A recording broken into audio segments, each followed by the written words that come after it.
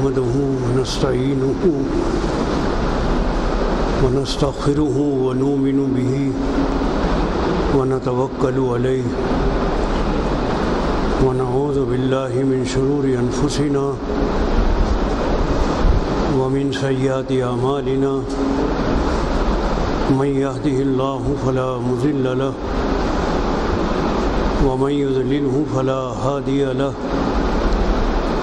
ونشهد أن لا إله إلا الله وحده لا شريك له ونشهد أن سيدنا ومولانا محمدا عبده ورسوله المبعوث إلى كافة الناس بشيرا ونذيرا وداعيا إلى الله بإذنه وسراجا منيرا وصلى الله تعالى عليه وعلى آله وصحبه أجمعين أما بعد فأعوذ بالله من الشيطان الرجيم بسم الله الرحمن الرحيم وما لهم ألا يعذبهم الله وهم يصدون عن المسجد الحرام وما كانوا أولياءه إن أولياءه إلا المتقون ولكن أكثرهم لا يعلمون وما كان صلاتهم عند البيت إلا مكاء وتصدية فذوقوا العذاب بما كنتم تكفرون صدق اللہ العظیم۔ محترم بزرگوں اور بھائیوں، سورہ انفال کی دو آیتیں، آیت نمبر 34 اور آیت نمبر 35 میں نے آپ کے سامنے تلاوت کی ہیں۔ اس سے اوپر کی آیتوں میں ذکر ہو چکا ہے کہ اللہ تبارک و تعالیٰ اس وقت تک کسی بستی پر یا کسی قوم پر عذاب نازل نہیں کرتے جب تک کہ ان میں ایسے لوگ رہتے ہیں جو استغفار کرتے رہیں، توبہ کرتے رہیں، اور یہ امید قائم رہے کہ شاید ان میں کچھ لوگ راہ راست پر آ جائیں۔ اور جب بالکل مایوسی ہو جاتی ہے تب اللہ تبارک و تعالیٰ کی طرف سے عذاب نازل ہوتا ہے۔ مکہ مکرمہ کے لوگ حالانکہ اللہ کے رسول صلی اللہ علیہ وسلم کو طرح طرح سے تکلیفیں دے رہے تھے، ستا رہے تھے، لیکن جب تک آپ وہاں موجود رہے اس وقت تک اللہ کا عذاب نازل نہیں ہوا۔ جب آپ ہجرت فرما کر تشریف لے گئے، مکہ کو چھوڑ دیا، اور ایسے لوگ جن سے کچھ امیدیں وابستہ تھیں کہ یہ لوگ حق کو قبول کر لیں گے، ایسے لوگ وہاں باقی نہ رہے، تو اللہ تعالیٰ کا فیصلہ آ گیا اور ان پر عذاب نازل ہوا۔ اور غزوہ بدر میں ان کی شرمناک شکست دراصل عذاب کی ہی ایک شکل تھی۔ 70 آدمی مارے گئے، بڑے بڑے سردار ختم ہو گئے، اور 70 آدمی قیدی بنا لیے گئے۔ یہ ان کے لیے نہایت ہی شرمناک ہار تھی۔ اللہ تبارک و تعالیٰ نے اس کا ذکر سورہ انفال میں کیا ہے۔ یہ آیتیں جو میں نے تلاوت کی ہیں، ان میں اللہ تبارک و تعالیٰ نے اس کا ذکر کیا ہے کہ تم پر عذاب کیوں نہ نازل ہوتا۔ تم نے لوگوں کو مسجد حرام کی زیارت سے روک رکھا تھا،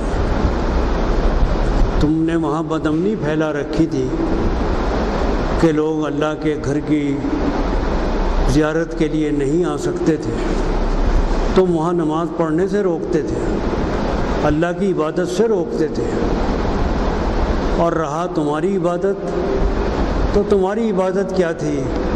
سیٹیاں بجانا، شور مچانا۔ کیا یہ وہی طریقہ تھا جو اللہ نے حضرت ابراہیم کو سکھایا تھا؟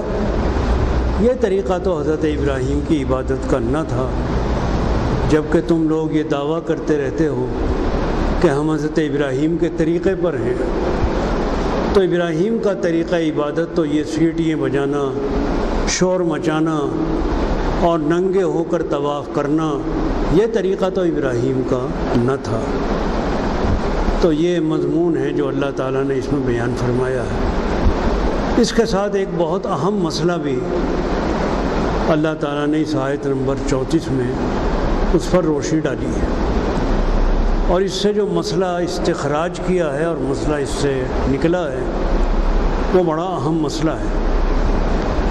وہ مسئلہ یہ ہے کہ جو عبادت گاہیں ہیں، جو اوقاف ہیں، جو مذہبی مقامات ہیں، ان کا متولی اور منتظم ان لوگوں کا ہونا چاہیے جن میں پرہیزگاری ہو، خدا ترسی ہو، نیکی ہو، اور جو اسلام کے مزاج کو اچھی طرح سمجھنے والے ہوں۔ یہ بات اللہ تعالیٰ نے آیت نمبر 34 میں فرمائی ہے۔ اب آپ اس کا مضمون ملاحظہ فرمائیے۔ فرمایا وَمَا لَهُمْ أَلَّا يُعَذِّبَهُمُ اللَّهُ، اور کیا وجہ ہے کہ تمہیں ان کو اللہ عذاب نہ دے؟ اللہ کے عذاب نہ دینے کی کیا وجہ ہے؟ وَهُمْ يَصُدُّونَ عَنِ الْمَسْجِدِ الْحَرَامِ، اور وہ لوگوں کو مسجد حرام کی زیارت سے روکتے ہیں۔ وَمَا كَانُوا أَوْلِيَاءَهُ، اور وہ حقیقت میں اس کے متولی نہیں ہیں، اس کے ولی نہیں ہیں، اس لیے کہ ان کو حق ہی نہیں پہنچتا کہ وہ مسجد حرام کے زبردستی متولی اور منتظم بن کر بیٹھ گئے ہیں اور طاقت کے زور پر اپنا حق جما رہے ہیں۔ ان کا حق نہیں ہے۔ اِنَّ أَوْلِيَاءَهُ إِلَّا الْمُتَّقُونَ، اس کے متولی کون ہیں؟ متقی لوگ، پرہیزگار لوگ۔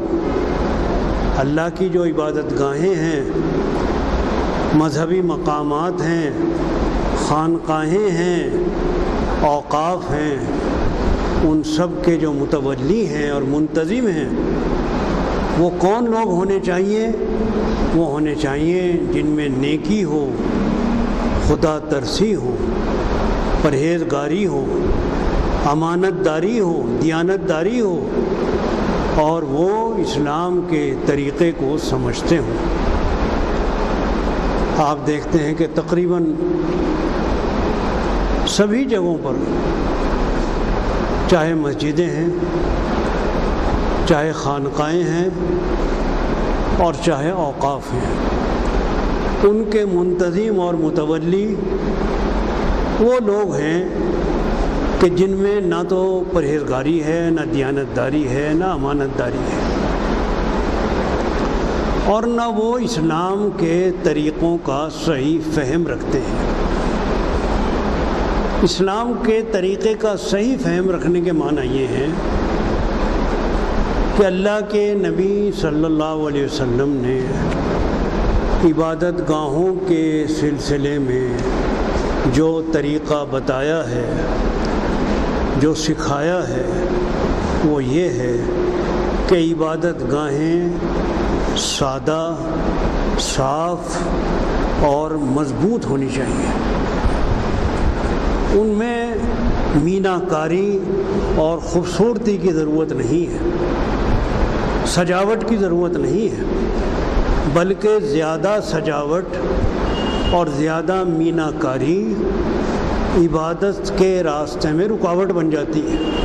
اب آپ نے خوب پھول بوٹے بنا رکھے ہیں، بڑے خوبصورتی پیدا کر رکھی ہے، آدمی کی توجہ ہٹ کر نماز سے اس کے ظاہری حسن و جمال کی طرف چلی جاتی ہے، ظاہری خوبصورتی کی طرف دھیان چلا جاتا ہے۔ اس لیے فرمایا کہ عبادتیں سادہ ہونی چاہیے۔ اس میں قرآن پاک کی آیتوں کا لکھنا مکروہ قرار دیا ہے۔ کراہت ہے کہ قرآن مجید کی آیات یا احادیث دیواروں پر لکھی جائیں، نظر پہنچ جاتی ہے آدمی کی۔ اصل جو اس کی خوبصورتی ہے عبادت گاہ کی اور اس کا وقار ہے، وہ ہے اس میں عبادت کرنا. عبادت کے نور سے روشن کرو اس کو. جتنی اچھی اس کے اندر عبادت ہوگی اتنا ہی وہ اچھی عبادت گاہ کہلائے گی. ظاہری طور پر اس کو بہت سجا بنا دیا، بڑی خوبصورتی پیدا کر دی اور پورا زور لگا رکھا کہ صاحب اعلیٰ سے اعلیٰ اس میں چیزیں استعمال ہونی چاہیے. یہ اسلام کا مزاج نہیں ہے. اسلام کا طریقہ یہ ہے کہ ٹھوس اور مضبوط چیز ہونی چاہیے. ہمارے جو بادشاہ گزرے ہیں اس ہندوستان میں، ان میں ہر طرح کے بادشاہ آئے ہیں، دیندار بھی آئے ہیں، بے دین بھی آئے ہیں. دیندار بادشاہوں میں شاہ جہاں بھی تھے، جنہوں نے مسجد شاہ جہانی، جامع مسجد دلی کی بنائی. لیکن اگر وہ اسلام کے صحیح مزاج کو سمجھتے تو اپنی بیوی ممتاز بیگم کی یادگار تاج محل انہوں نے بنایا، جو دنیا کی ایک شاندار عمارت ہے. اگر وہ اسلام کا صحیح فہم رکھتے تو اپنی بیوی کی یادگار میں ایک یونیورسٹی بناتے، ایک جامعہ بناتے. وہ یادگار ٹھوس ہوتی. قومیں تاج محل بنانے سے نہیں بنا کرتی، قومیں بنتی ہیں تعلیم سے. اگر ان میں صحیح فہم ہوتی تو جو بڑی رقم اور اپنی انہوں نے انرجی اور اپنی صلاحیت تاج محل بنانے پہ خرچ کی، وہ ایک جامعہ اور یونیورسٹی بنانے پر خرچ کرتے تو آج قوم کی تقدیر بدل جاتی ہے. ہمایوں کے مقبرے سے ہمیں کیا مل رہا ہے؟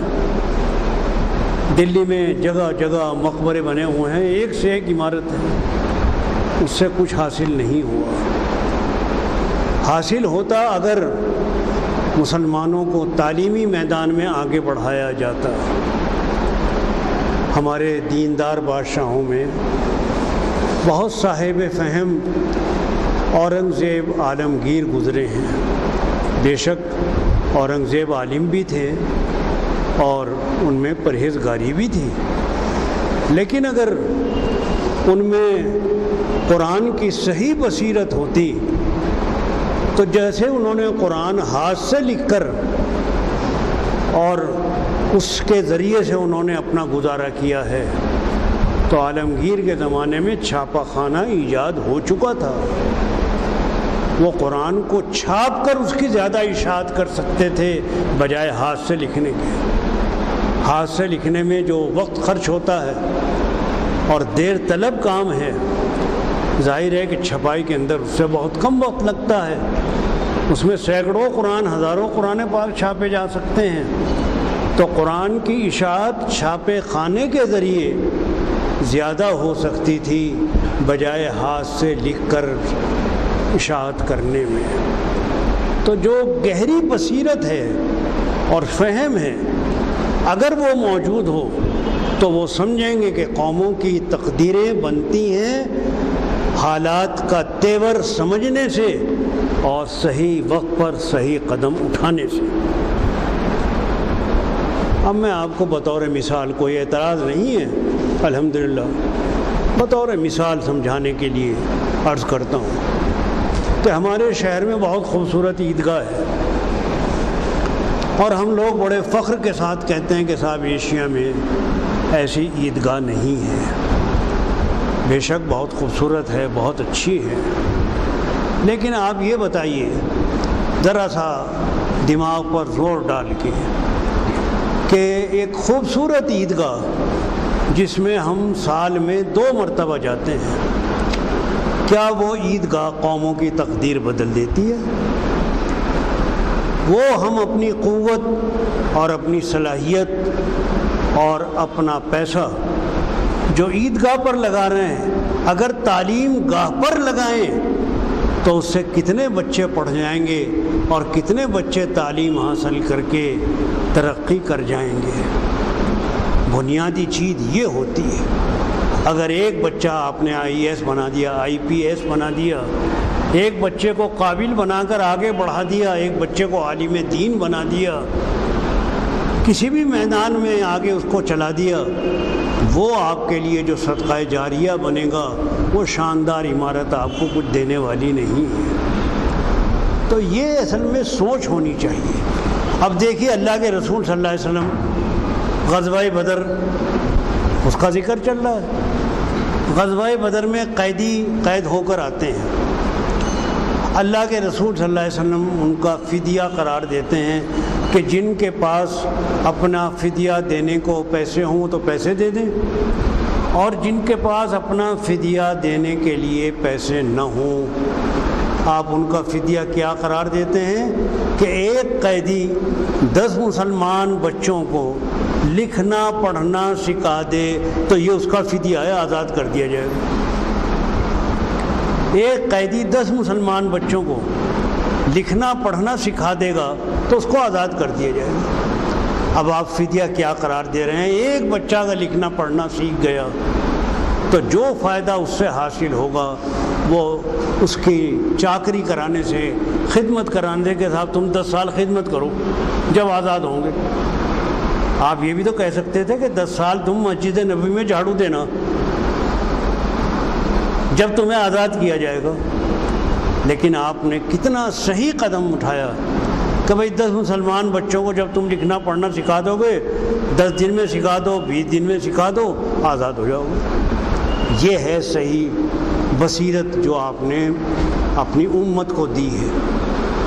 تو جتنی بھی چاہے عبادت گاہیں ہوں، ان کی بہت زیادہ سجاوٹ کی ضرورت نہیں ہے کہ ہر وقت اس میں میناکاری نکالتے رہو۔ ٹھیک ہے، صفائی بھی ہونی چاہیے، سادگی ہونی چاہیے اور مضبوطی ہونی چاہیے۔ مستحکم ہو عمارت، سادہ ہو اور مضبوط ہو، اس میں زیادہ وقار ہے بجائے اس کے کہ آپ اس میں پھول بوٹے بنائیں اور اپنی کمائی اس کے اندر خرچ کریں۔ وہ زیادہ خوبصورتی کی ضرورت نہیں ہے۔ اصل زینت جو ہے انسان کی، اس کا عمل ہوتا ہے، خالی عبادت گاہوں کو مزین کرنے سے کوئی فائدہ نہیں ہوتا۔ تو یہ چیز ہے جو اس آیت میں اللہ تعالیٰ نے بتائی ہے کہ اس کی ولایت کا حق کس کو پہنچتا ہے۔ اب ہو کیا رہا ہے کہ حکومت کی اور سیاست کی دخل اندازی سے ہماری مساجد، ہمارے اوقاف، ہمارے آثار قدیمہ بری طرح سے متاثر ہو رہے ہیں۔ مسجدیں ہیں آثار قدیمہ کی، بڑی بڑی مسجدیں دلی میں، آگرہ میں اور دوسری جگہوں پر، وہاں ان کو نماز پڑھنے کی اجازت ہم کو نہیں دیتی۔ خود ہمارے کپورتھلا کی مسجد ہے، زبردستی ہم نے وہاں نماز پڑھنے کی وہ کر رکھی ہے، ورنہ نماز پڑھنے کی اجازت آثار قدیمہ کی مساجد میں نہیں ہے۔ وہ کہتے ہیں کہ جو آثار قدیمہ کی عمارت ہے اس سے خراب ہو جائے گی۔ وہاں جو سیاح آتے ہیں، سیر سپاٹے کرنے آتے ہیں، وہ وہاں گانے بجانے کرتے ہیں، ناچتے ہیں اور ان مذہبی مقامات کے تقدس کو پامال کرتے ہیں، وہاں کے آداب کا خیال نہیں رکھتے۔ وہ تو اس سے عمارت خراب نہیں ہوتی، خالی پڑی ہوئی عمارت خراب ہوتی ہے۔ نماز پڑھنے سے عمارت کیا خراب ہوگی؟ نمازی آئیں گے، مسجد کو صاف کریں گے، مسجد آباد ہوگی تو صفائی ہوگی، آبادی ہوگی، اور مسجد جب صاف ستھری رہے گی تو اس کی عمارت بھی محفوظ رہے گی۔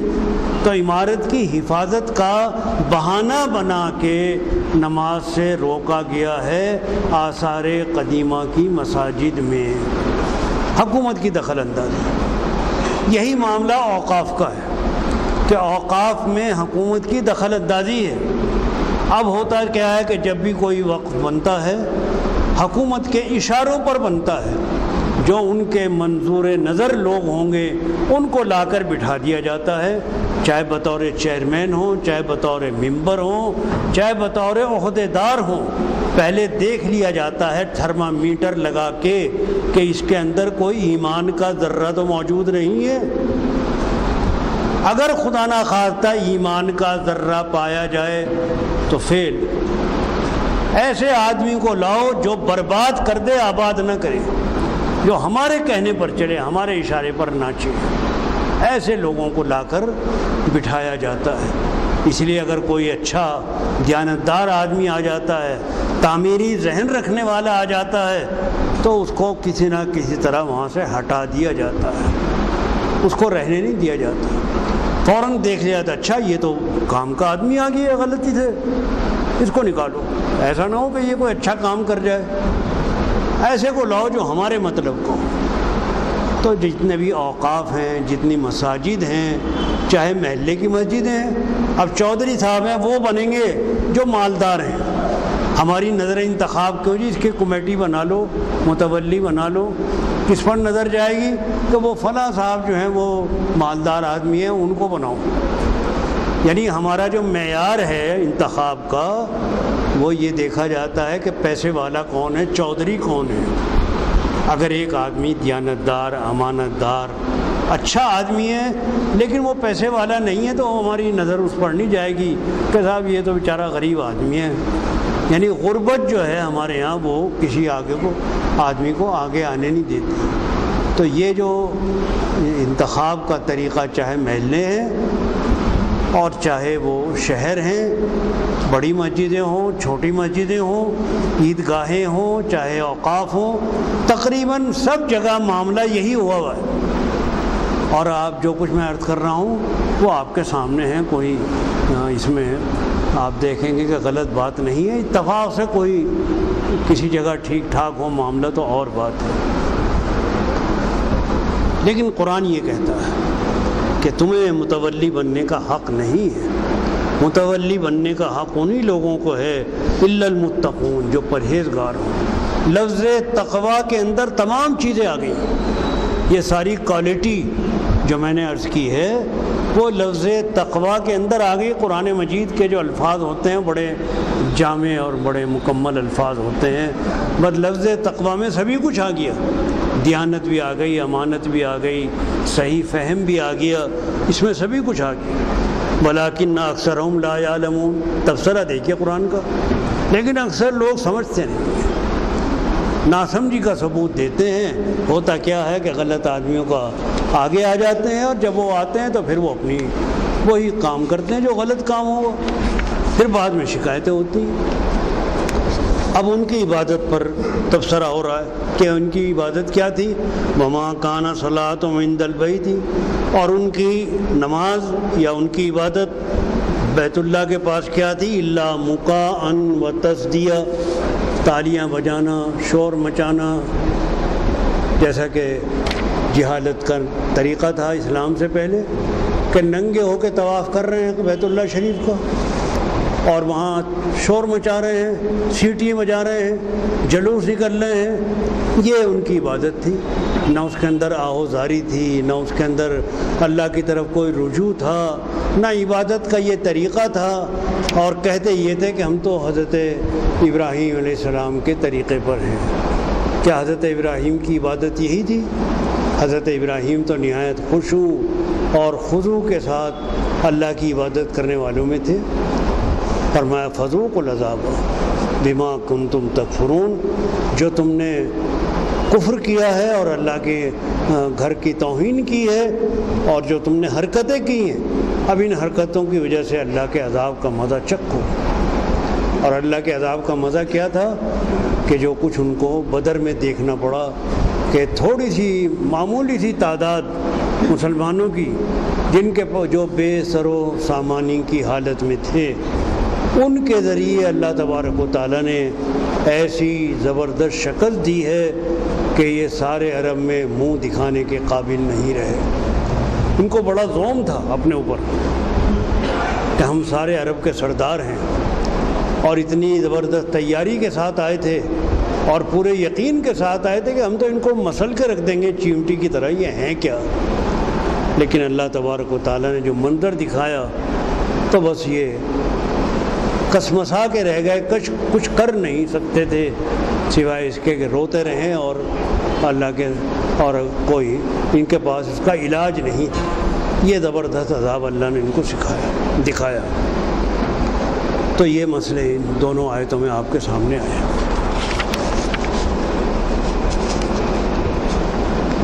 آگے آیت جو آ رہی ہے وہ یہ ہے کہ اللہ کے راستہ روکنے کے لیے مال خرچ کرتے ہیں، اپنا پیسہ بھی خرچ کرتے ہیں تاکہ اللہ کے راستے میں آنے والوں کے لیے رکاوٹ پیدا کی جائے۔ اللہ تعالیٰ ان کے ساتھ کیا معاملہ کریں گے کہ ان کو کیسی حسرت ہوگی اور کیسا افسوس ہوگا، وہ جلد ہی ان کے سامنے اللہ تعالیٰ دکھا دیں گے۔ فرمایا ان الذین کفروا ينفقون اموالهم لیصدوا عن سبیل اللہ، بے شک جو لوگ کفر کا رویہ اختیار کرتے ہیں وہ اپنے مال خرچ کرتے ہیں تاکہ اللہ کے راستے سے روکیں، اپنی دولت بھی لگاتے ہیں تاکہ اللہ کے راستے سے لوگوں کو روک دیں۔ فَسَيُنْفِقُونَهَا، وہ خرچ کریں گے، خوب خرچ کرو، اچھا ہے تمہارا مال ختم ہوگا، اسی میں لٹایا جائے گا، جیسا کہ انہوں نے جنگ کی تیاریوں میں اپنا سب کچھ لگا دیا تھا، جتنا نفع کما کر لائے تھے شام کے اس قافلے کے ذریعے، بہت بڑا قافلہ تھا اور بہت بڑا کاروبار تھا، یہ اتنا نفع ہوا تھا، وہ سارا نفع جتنا تھا انہوں نے اس جنگ کی تیاری میں لگا دیا، وہ سب خرچ کر دیا وہاں۔ جیسے کہ ہتھیار لائے، ہتھیاروں کے ساتھ انہوں نے آدمیوں کو تیار کیا، جو خود نہیں جا سکتا تھا دوسروں کو پیسے دے کر بھیجا۔ ابو لہب خود نہیں گیا، دوسروں کو کہا کہ تم چلے جاؤ، میں تمہیں دوں گا یہ سارا خرچہ۔ تو وہ سارے پیسے انہوں نے جتنا بھی نفع ہوا تھا وہ سارا بدر کی تیاری کے اندر لگا دیا۔ فَسَيُنْفِقُونَ، تم خوب خرچ کرو اور خرچ کرو، ثُمَّ تَكُونُ عَلَيْهِمْ حَسْرَةً، پھر تمہیں اس کے اوپر حسرت ہوگی، افسوس ہوگا کہ ہے ہمارا تو مال بھی چلا گیا، جانیں بھی چلی گئیں، دونوں طرح کا نقصان ہوا، جان کا بھی نقصان ہوا، مال کا بھی نقصان ہوا۔ ثُمَّ يُغْلَبُونَ، پھر وہ مغلوب ہوں گے، ادھر ہار بھی ہوئی، شکست بھی ہوئی، مال بھی گیا، جان بھی گئی، ہار اور شکست بھی ہوئی۔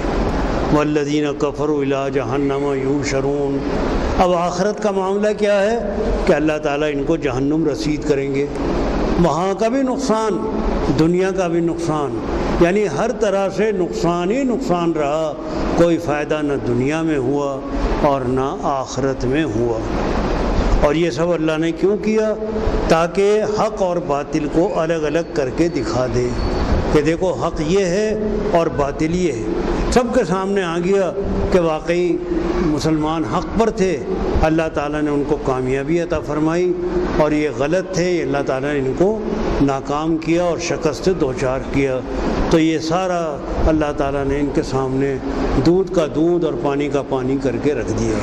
یہ آیتیں ہیں جو آپ کے سامنے پیش کی گئی ہیں۔ اللہ تبارک و تعالیٰ آپ کو، ہم کو، سب کو عمل کی توفیق عطا فرمائے۔ وآخر دعوانا